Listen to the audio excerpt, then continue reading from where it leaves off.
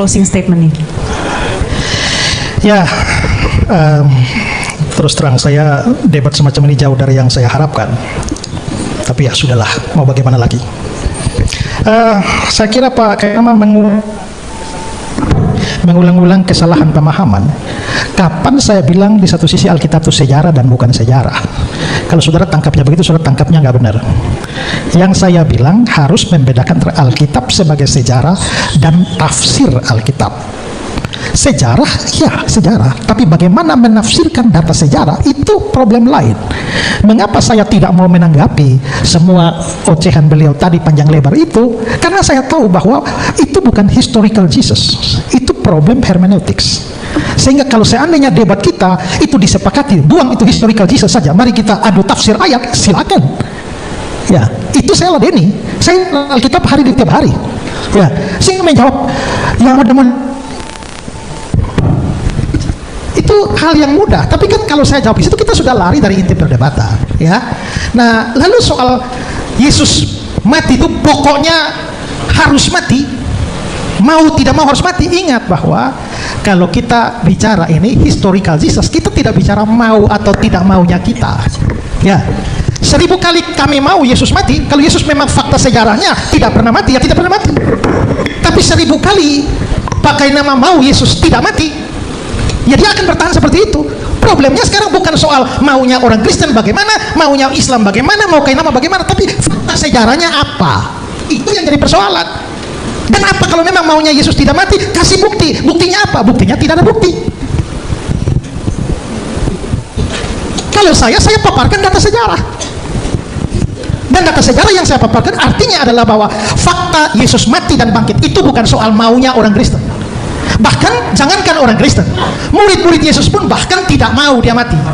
Kenapa? Karena pemahaman salah. Di Matius pasal 16, ketika Yesus memberitakan bahwa dia akan mati, ya, lalu Petrus mencegah dia, kiranya Allah menjauhkan itu dari engkau. Artinya adalah bahwa para murid Yesus langsung pun tidak mengharapkan dia mati. Tapi fakta sejarahnya memang Yesus mati, dan karenanya maka mereka yang tidak mau dia mati itu menjadi saksi mata. Maka Yesus mati tidak mati itu bukan soal maunya kita, itu soal sejarah. Makanya kita bikin acara debat ini. Tapi kalau yang dibawa adalah tidak ada bukti, ya selesai debat itu. Mau apa lagi kalau tidak ada bukti? Ya. Nah, terus berikut begini, ya, bahwa Yesus ini karena saya pikir tadi ya closing statement ya sudah, tapi kan masih buka itu ya. Artinya ya saya juga bisa ngomong lebih panjang ya. Nah, sekarang ya apa sih yang menjadi bukti orang Kristen ketika percaya atau waktu kita baca Alkitab kita percaya bahwa Yesus bangkit? Ya, pertama, Alkitab berkata kubur Yesus kosong. Waktu kubur Yesus kosong, apa yang dijawab oleh musuh-musuh Yesus? Mereka langsung bikin persekongkolan bahwa murid-murid itu mencuri mayat Yesus. Artinya secara tidak langsung mereka juga akui bahwa memang kuburnya kosong. Karena itu mereka harus mencari alasan untuk menjawab fakta bahwa kubur kosong. Artinya kubur kosong Yesus itu diakui oleh para musuhnya. Nah, kalau memang kita sekarang berpikir secara logis bahwa apakah kubur kosong itu otomatis membuktikan Yesus itu bangkit? Belum tentu. Karena kalau kita hanya bersandar pada satu bukti bahwa kubur kosong, maka tidak bisa membuktikan bahwa Yesus bangkit. Karena kubur kosong itu memungkinkan bahwa secara logis ya, memungkinkan bahwa kalau mayatnya dicuri itu juga kosong. Tapi yang paling jelas adalah bahwa dia menampakkan diri selama 40 hari berulang-ulang dan murid-muridnya jadi saksi. Nah, kubur yang kosong belum tentu membuktikan Yesus hidup. Tapi kubur kosong dan ditambah dengan penampakan Yesus selama 40 hari, dan seperti kata Paulus di 1 Korintus 15, dia menampakkan diri kepada lebih dari 500 orang sekaligus dan kebanyakan masih hidup. Artinya apa? Ini bisa cross check.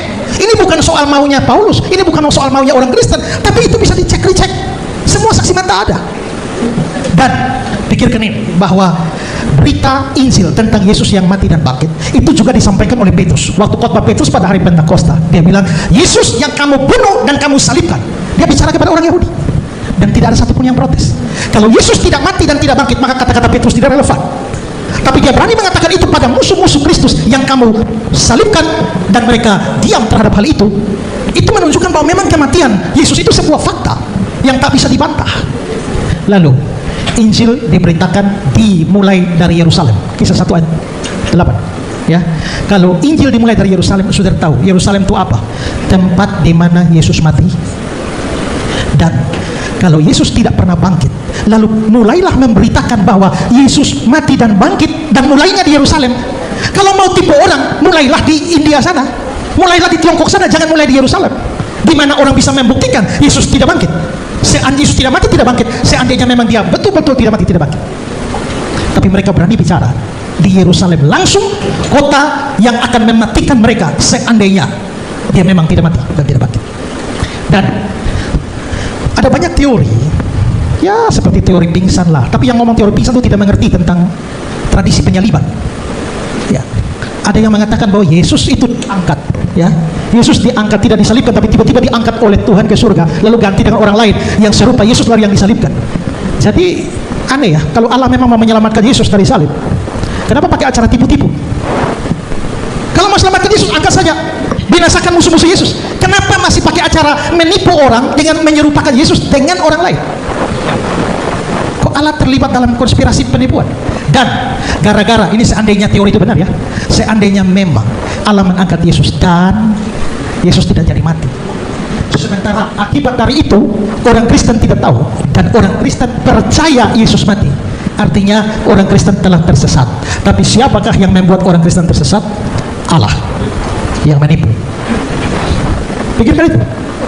Dan waktu orang itu diserupakan dengan Yesus, pertanyaannya adalah orang-orang yang mengira itu yang disalibkan itu Yesus itu, yang mengira mereka menyalibkan Yesus itu siapa? Musuh-musuhnya kan? Bukan murid-muridnya kan? Dan kalau begitu seharusnya yang percaya bahwa Yesus tidak disalibkan, atau yang percaya bahwa Yesus disalibkan, tertipu oleh Allah, itu adalah mereka yang mau menyalibkan dia.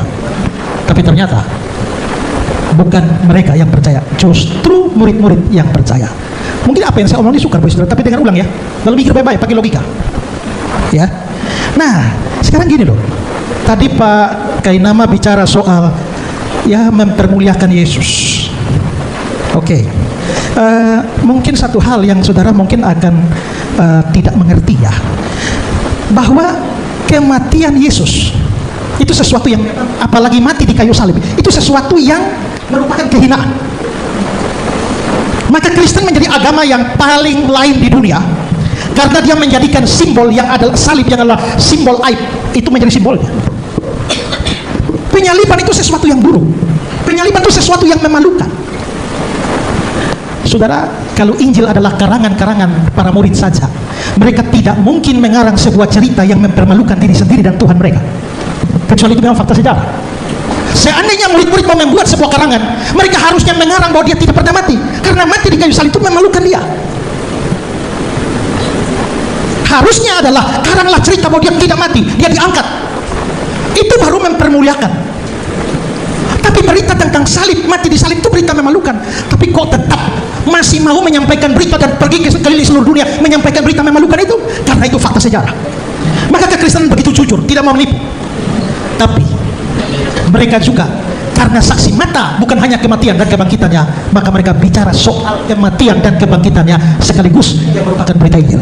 Ya, nah jadi memang penyaliban itu sesuatu yang mempermalukan, tapi bukan hanya mempermalukan, pakai nama itu kutuk. Karena menurut perjanjian lama, orang yang mati digantung itu terkutuk. Dan apakah kami percaya Yesus mati terkutuk? Yes. Kenapa? Karena mestinya kita yang terkutuk, orang berdosa. Saya yang terkutuk, kalian semua yang terkutuk. Kita semua memang orang terkutuk karena kita orang berdosa.